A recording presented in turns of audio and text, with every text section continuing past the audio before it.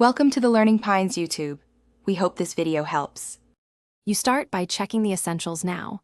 Remove and reset the SIM, then test it in a second phone to verify service. If the SIM works elsewhere, make sure airplane mode is off and toggle mobile data to force a reconnect.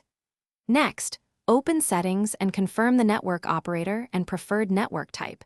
Choose 4G or 3G as appropriate. Doing these steps narrows the issue quickly and prevents wasting time on deeper fixes that won't help if the SIM itself has a problem. Once done with basic checks, move into advanced settings.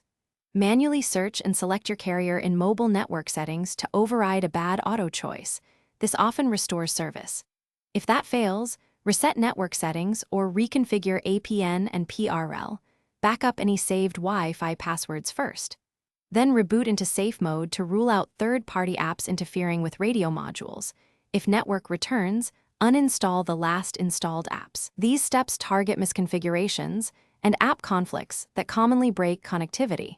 If networks still fail, update the phone's firmware and color OS to fix known radio bugs. Apply pending security patches and reboot. As a last resort, perform a factory reset after backing up all data and removing accounts.